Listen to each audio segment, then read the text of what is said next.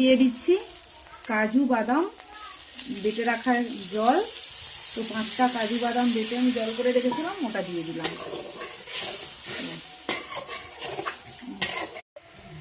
দেখো বন্ধুরা, কাবলি ছোলা আগে থেকে আমি প্রেসারে সেদ্ধ করে রেখেছিলাম। তো সেদ্ধ করার সময় আমি 1 টুকরো পেঁয়াজ, 1 টুকরো আদা আর 2 কোয়া রসুন এতে দিয়ে দিয়েছিলাম, তাই এর সেন্ট খুব সুন্দর বেরোচ্ছে। ওটা দিলে এর স্বাদটাও ভালো হয় আর গন্ধটাও খুব সুন্দর আসে। মশলা আমাদের কষা হয়ে গেছে, তো এটাতেই সেদ্ধ করে রাখা কাবলি ছোলা দিয়ে দেব।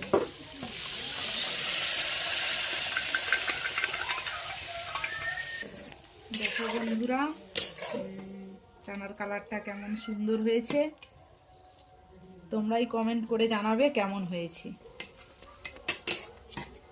দিয়ে দিচ্ছি অল্প একটু গরম মশলার গুঁড়ো।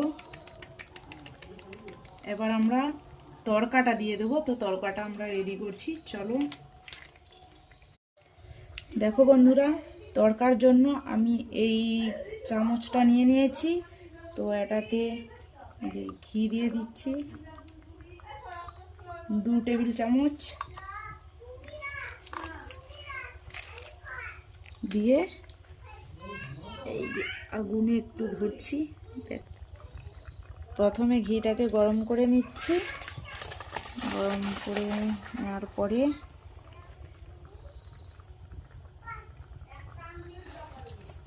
তো একটু জিরে দিয়ে দিচ্ছি 1 চিমটে।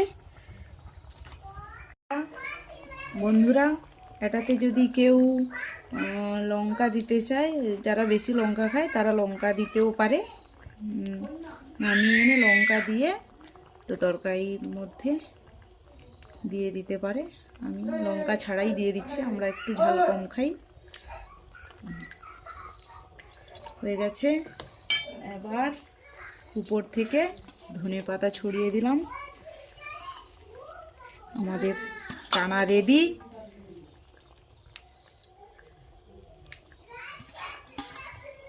চলো,